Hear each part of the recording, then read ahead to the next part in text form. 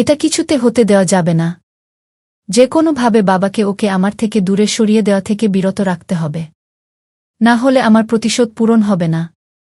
যেভাবে হোক বাবা কিছু করার আগে আমাকে কিছু একটা করতে হবে। এখন যাই, মায়ের কথা মতো বান্ধবীদের সাথে আড্ডা দিয়ে আসি। তাহলে আমার শয়তানি মাথার বুদ্ধি খুলবে। আরহি এটা বলে একটা মুচকি হাসি দিয়ে বাড়ির দরজার দিকে এগিয়ে যেতে লাগল। দেখতে দেখতে সময় কেটে গেল। আরহি গাড়ি নিয়ে রেস্টুরেন্টের সামনে উপস্থিত হয়ে গেল, আর একটা সময় রেস্টুরেন্ট এর ভিতরে বান্ধবীদের সামনে। আরহি সবার সামনে দাঁড়ানোর সাথে সাথে সবাই আরহির দিকে গম্ভীরভাবে তাকাল। আরহি সবার দিকে একবার চোখ বুলিয়ে তারপর নিজের চেয়ারে বসতে বসতে বলে উঠল, কিরে তোরা সবাই আমার দিকে ভূত দেখার মতো তাকিয়ে রয়েছিস কেন? আরহি। সবাই নিশ্চুপ। সবাই বোবা হয়ে গেলি কেন? তোর কর্মকাণ্ড দেখে। নীলিমা। কোনো কর্মকাণ্ড দেখে? আরহি, তুই আমাদের একটা সত্য কথা বলবি? নীলা। হ্যাঁ, বল। কি বলতে হবে? তুই এইসব ইচ্ছা করে করেছিস, তাই না? কোনো সব? কালকে রাতে যা যা করেছিস সেই সব? নিশ্চুপ। কি রে, চুপ করে গেলি কেন? তোদের কি মনে হয়? আমাদের তো মনে হয় কালকে রাতে তুই যা যা বলেছিস সবটা তুই সাগরের সাথে করেছি আর নাম দিয়েছিস ওর। হয়তো কিছু মিথ্যা কথাও বলেছিস। ইতি। বাহ। তোদের সবাইকে তো ক্রাইম ব্রাঞ্চে থাকা দরকার। কেন? এই যে আমি কিছু না বলার আগে সব শুনে এক রাতের ভিতরে বুঝে নিয়েছিস। তার মানে তুই এই সব করেছিস আর নাম দিয়েছিস সাগরের? রিয়া।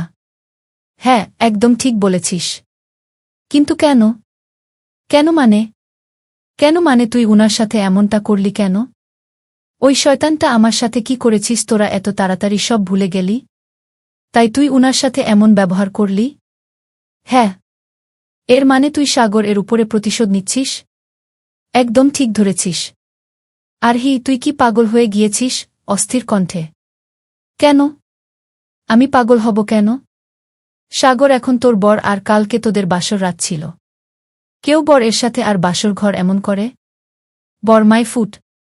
ওর মতো ফকিন্নিকে আমি আমার বর তো দূরের কথা বাড়ির চাকর করে ও রাখব না। আর কি বললি বাসর রাত? হা হা। ওই ছোট লোকের সাথে আমি করব বাসর? এই আরহি চৌধুরী করবে বাসর? হা হা হা। তোরা এটা ভাবলি কি করে? উচ্চশব্দে হেসে উঠে। নিশ্চুপ। সবাই অপলকভাবে আরহির দিকে তাকিয়ে রয়েছে। আরহি কিছু সময় নিজের মতো করে হেসে তারপর বলে উঠল, শুন, এই আরহি চৌধুরী যাকে বিয়ে করে বর মানবে আর যার সাথে বাসর করবে সে কোনো রাজপুত্র হবে। সাগরের মতো ছোটলোক ফকিন্নি না। তাহলে এতদিন ধরে তোর আর ওর ভিতরে যা হলো, কালকে রাতে বাসর ঘরে ঢুকা এইসব কি ছিল? নাটক। কি নাটক? হ্যাঁ, নাটক। ওর সাথে আমি এতদিন যা যা করেছি, আমাদের ভিতরে যা যা হয়েছে সব একটা নাটক ছিল। সব নাটক হলে তোর বিয়ে কি ছিল? ওটা কোনো বিয়ে না। ওটা আমার নাটকের মূর্খ অংশ আর আমার প্রতিশোধ এর সবচেয়ে গুরুত্বপূর্ণ অংশ ছিল। নিশ্চুপ। সবাই ওর দিকে তাকিয়ে রয়েছে। এতদিন খুব কষ্টে চুপ করেছিলাম। শুধুমাত্র এই দিনটার জন্য। উনি তো দিনের সবটা সময় তোর আশেপাশেই থাকত। তুই চাইলে যখন ইচ্ছা উনার উপরে তোর রাগ বের করতে পারি, উনাকে অপমান করতে পারতি, প্রতিশোধ নিতে পারতি। তাহলে এই বিয়েটা করার কি দরকার ছিল? হ্যাঁ, আরহি। নীলিমা একদম ঠিক কথা বলেছে। তুই বল তো এই বিয়েটা করতে গেলি কেন? ওই আমাকে রাস্তার উপরে দাঁড়িয়ে এত মানুষের সামনে থাপ্পড় মেরেছে, অপমান করেছে। এই আরহি চৌধুরীকে ওই অপমান করেছে। ওকে দিনের ওই কিছু ঘন্টা কষ্ট দিয়ে আমার মন ভরবে না। আমি চাই ওকে দিনরাত এর প্রতি মুহূর্ত প্রতিক্ষণ এ কষ্ট দিতে। তাই বলে তুই উনাকে বিয়ে করে নিবি? হ্যাঁ। আরহি, এইভাবে যা তোর আর উনার দুইজনের জীবন নষ্ট হয়ে যাবে। হা হা হা। জীবন নষ্ট হবে? সেটা আবার এই আরহি চৌধুরীর? হা হা হা। বোকা মেয়ে, তুই এতদিন আমার সাথে থেকে ও আমাকে চিনতে পারিসনি আর না আমার জীবন সম্পর্ক এ তোর কোনো ধারণা আছে। আমি যদি একটা তুড়ি বাজাই তাহলে হাজার হাজার ছেলের লাইন লেগে যাবে আর তুই কিনা বলিস আমার জীবন নষ্ট হবে? হা হা হা। অবশ্যই এটা ঠিক বলেছিস যে ওই ফকিন্নির জীবন নষ্ট হয়ে যাবে। কারণ ওর জীবন নষ্ট করার জন্য, ওর জীবন থেকে সব সুখশান্তি কেড়ে নেওয়ার জন্য আমি ওকে বিয়ে করেছি। আরহি, একটা মেয়ের বিয়ের আগের জীবন আর বিয়ের পরের জীবন এক হয় না। এটা বুঝতে শিখ।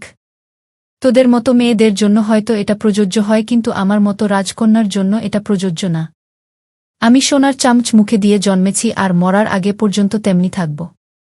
আরহির এমন ধারা কথা শুনে ওর বান্ধবীদের মধ্যে কারো আর বুঝতে অসুবিধা হল না এইসব আরহি বলছে না, বরং আরহির ভিতরের থাকা অহংকার বলছে।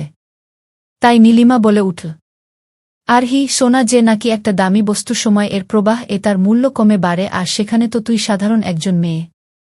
আরহি, নীলিমা একদম ঠিক কথা বলেছে।